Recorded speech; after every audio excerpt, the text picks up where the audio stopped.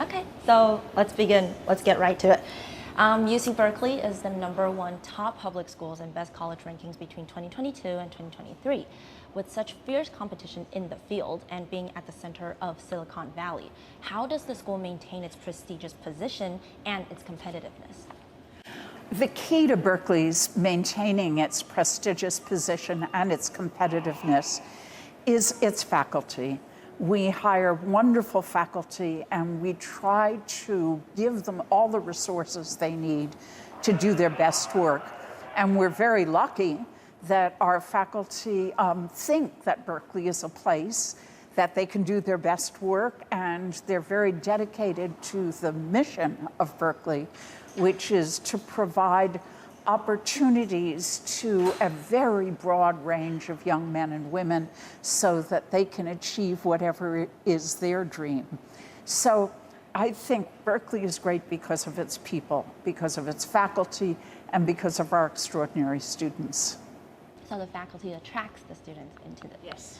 Okay, so there are two great movies released this summer, Barbie and Oppenheimer. We know that Oppenheimer features a distinguished Berkeley former faculty member. And so we were wondering, has the success of the movie had any impact on the school and also specifically the physics department? That's a wonderful question. Oppenheimer, of course, tells a very important Berkeley story. So I don't think the movie in and of itself has had an impact on Berkeley, but the story it tells has had a huge impact on Berkeley. Whenever I give anybody a tour of the campus, I go to a parking lot that's above the campus where you can see the Lawrence Berkeley National Laboratory, which is a national laboratory that was responsible for a lot of the research that Oppenheimer did. And I always say, unless you understand this laboratory, you don't understand Berkeley.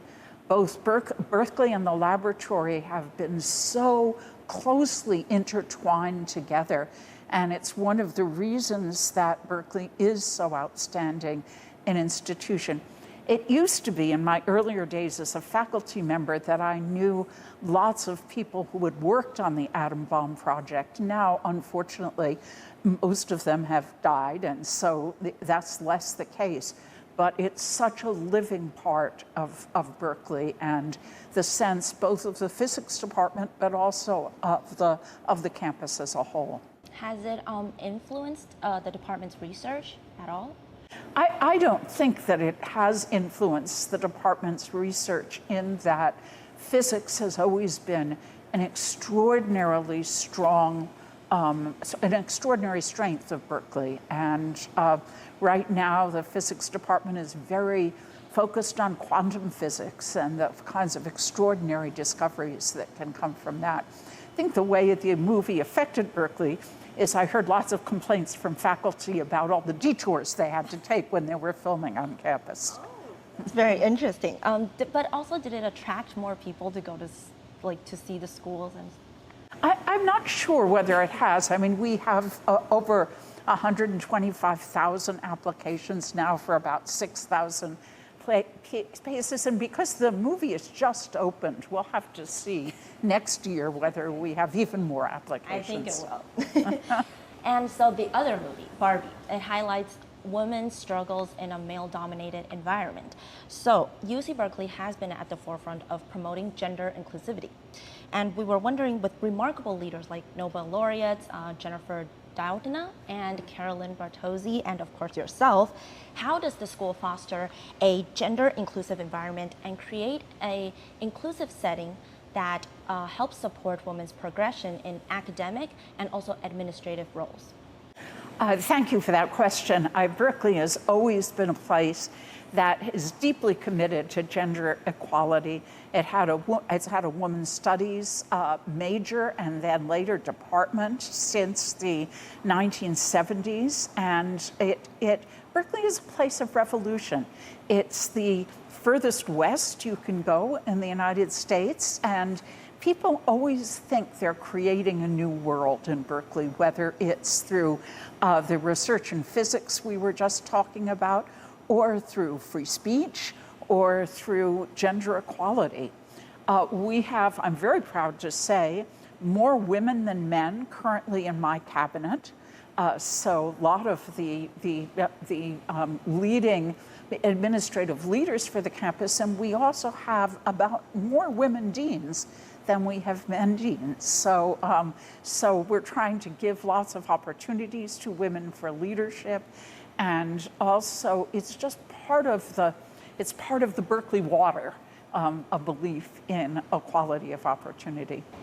Well, you joined Berkeley in 1970, I think, and then you became the chair of the English department from 1985 to 1988, and then the dean in 1988 and on, and then chancellor in 2017. So how has the challenges differed when you switched these roles, and how has your leadership evolved over those years? That's a really interesting question. First of all, I'll talk a little bit. So when I became chair of my department, I thought it was the hardest job I had ever done. First of all, I was fairly young. I was the first woman chair. And most of my colleagues that I had what I often thought was more an imaginary than a real power over were older than I was. They were my senior colleagues. And in my first year, I had so many problems. The 2 faculty members, very sadly, died unexpectedly.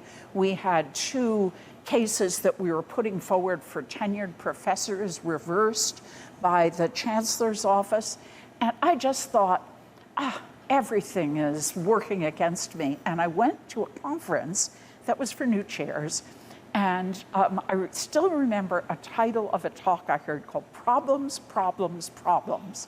And the point of this talk was that unless something's a problem, it doesn't come to your desk. So it's just a mistaken idea to think you're going to have a position of leadership and never have to solve problems and never have to do hard things. As I moved to progressively more positions that had more authority, I started having a broader sense of what the issues were that I needed to address in order for the university to achieve its goals. However, I think the thing that was most important in developing the qualities that I needed as chancellor is I spent 11 years as president of Smith College in Northampton, Massachusetts. Smith is a women's college, and I went there, and almost all the leadership positions were held by women. The faculty was more women than men. All the students were women. And I felt, on the one hand, my goodness, there is nothing that women can't do in this world. And on the other hand, it taught me to do a lot of things that the positions that I had held at Berkeley hadn't taught me how to do. I learned how to be a public person. I learned how to work with a board. I learned how to raise money. And so when I came back to Berkeley, even though Berkeley and Smith are very, very, very different, university and college, I took lots of the lessons back, and that enabled me to be what I hope is a good chancellor. Smith College sounds like Barbie world. It actually prepared you for the real world. I don't think so many people wore pink there. That's really cool. So, how did you deal with all the stress, and are there some strategies that you could share? It's so important to make room in your life. When you have a position like this, you could spend 24 hours a day and more doing the work of the position. So you have to make time in your life on the most simple level for sleeping, for eating well, but also time for friends and family, time to do the things that you love, so you maintain a kind of balance and perspective in your life. I think if you put enormous amounts of pressure on yourself to work every minute of the day, you're actually going to be a less effective leader than if you make sure that you understand some of the things that are also so important for living a rich and rewarding life. Very well said. So looking back on all those years, What 3 words would you use to describe that journey in your life? Integrity, vision, and belief in the institution. Very good words. So moving on to words, freedom of speech. It's very important for democracies like US and Taiwan. And in 2017, just when you became the first female chancellor at UC Berkeley, protests broke out on campus with some conservative students claiming that Berkeley was intolerant of conservative views. So as a fairly liberal school in a fairly liberal state, how do you ensure that freedom of speech is upheld? And could you clarify the distinction between freedom of speech and also hate speech? That's a wonderful question to which I've given lots and lots of thought. First of all, I think freedom of speech is extraordinarily important, not for the views that you agree with, but for the views you disagree with, that you may even think are abhorrent or hateful. And so I decided when I came in as chancellor that I was going to devote a lot of resources to making sure that conservative speakers could speak on campus. And we successfully did that. So now we have a fair number of conservative speakers on campus. There are no newspaper headlines saying, conservative speaker speaks on campus. There have been no demonstrations. In that sense, it's been a success, but it took a lot of work. So after we had the free speech crisis of the beginning of my chancellorship, I appointed a free speech commission to give the entire community time to think deeply about free speech and why it was important.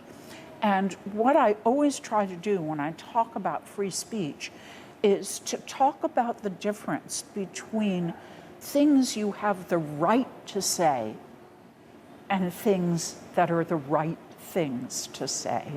So in other words, there's a difference.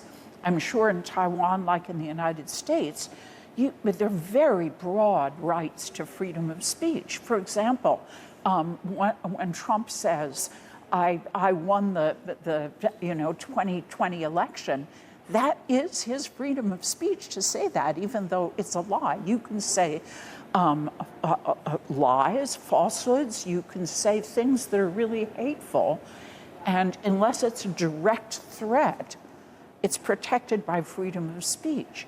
But that's different from doing the things that are respectful of the community. So we have a set of community principles that we developed at Berkeley. I talk a lot about them and talk a lot about how important the right to free speech is, but also the importance of responsibility to the community in choosing how you speak. Could you give like an example of maybe? Yes. For example, I think that. Was there a specific topic? Yeah, a good topic.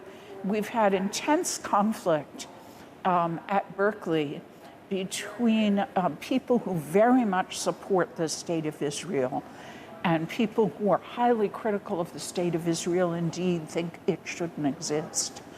And so we've had lots of discussions, even very sharp arguments about whether saying I don't believe in Zionism, Israel has no right to exist as a state, which some members of our community hear as anti-Semitic. And so talking about that, talking about you have a right to say this, but you have to understand in saying it that you're making members of our community feel deeply hurt, and if you're showing prejudice against them.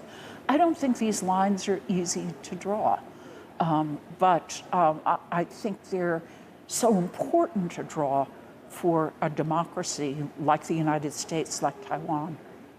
Okay, so on that topic, after COVID-19 broke out, a lot of people like with anti-Asian racism and violence has increased a lot. And with 43% of the undergraduates at UC Berkeley being of Asian ethnicity, how does the faculty administration address racism on campus? And also, how could you share some of the measures that were taken to combat discrimination and also promote more inclusivity? Yes, indeed. I mean, first of all, the principles of community are really important, and we keep returning to them over and over again. Also, something important to realize about Berkeley is it's a very attractive place for provocateurs that are not part of the Berkeley community to come and provoke, because Berkeley gets in the news. It gets in the national news. And so people who want a platform for what they want to do often come here.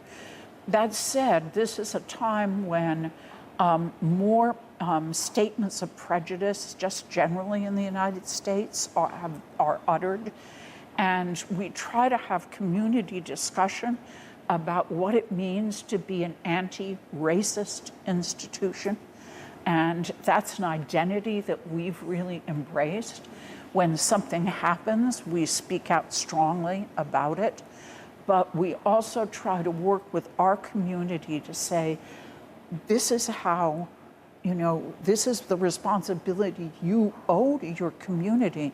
We talk a lot about, we want every student to feel that he or she belongs at Berkeley, that he or she is included in what Berkeley is.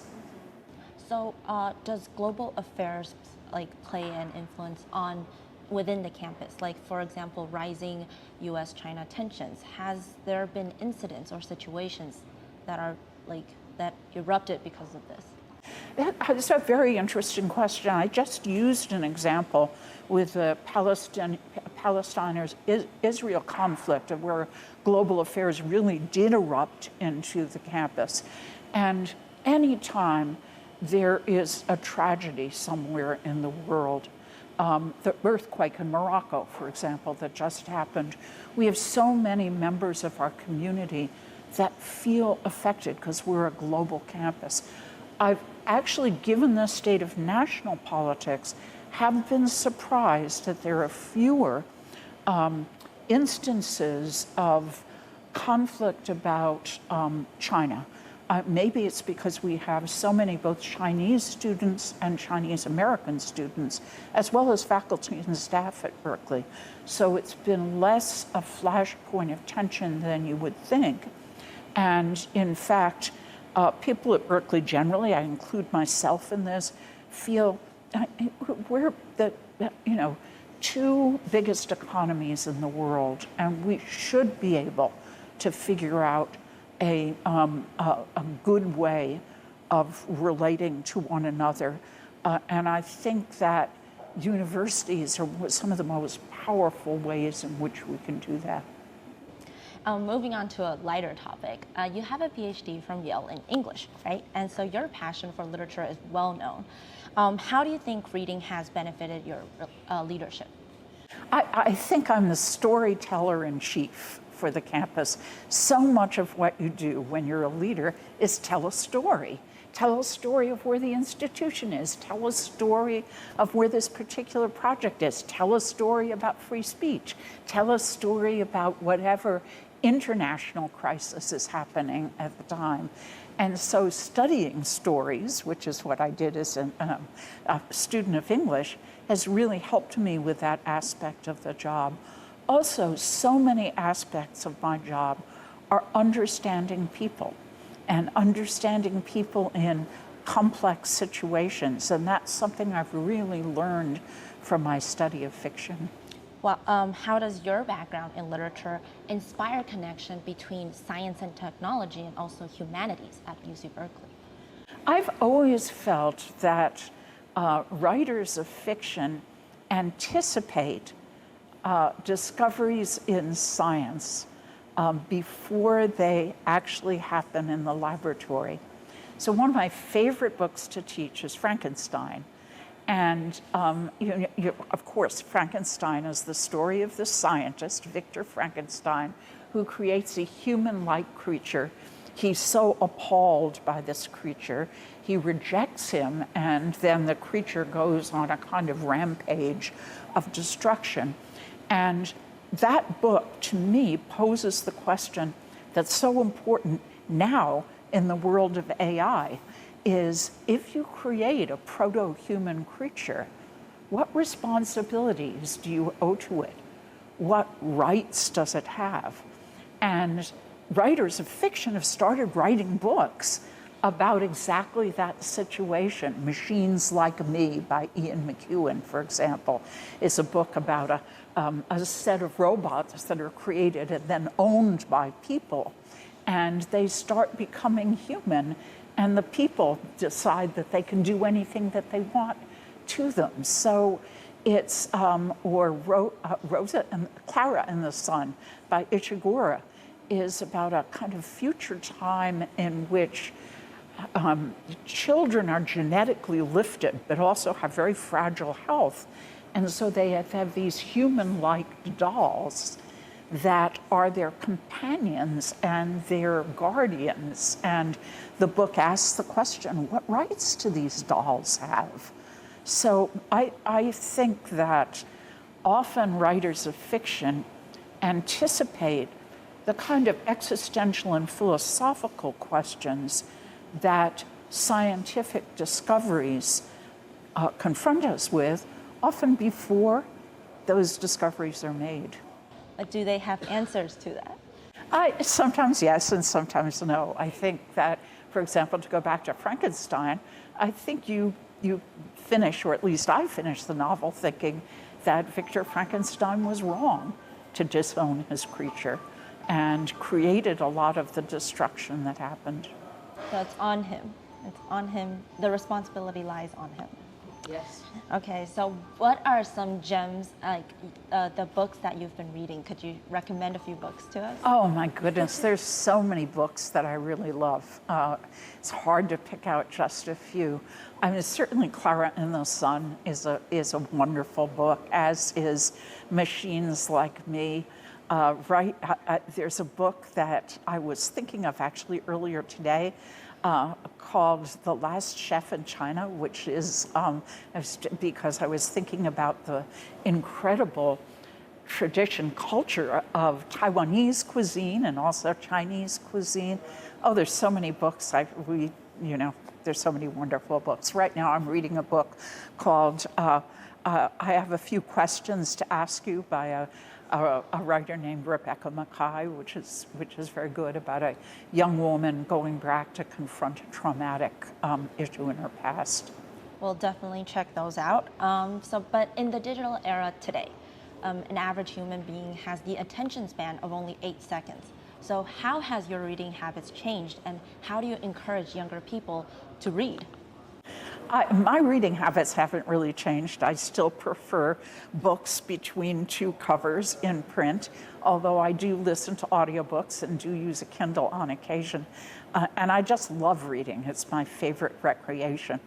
But I encourage young people to read just by talking about how exciting books are and how try to introduce them to the pleasures of good book. And then I think it becomes almost addictive, reading good books. Do you have any tips on how to settle down and concentrate on reading a book with so many distractions? Just give yourself a quiet place and a comfortable chair. And turn our phones off.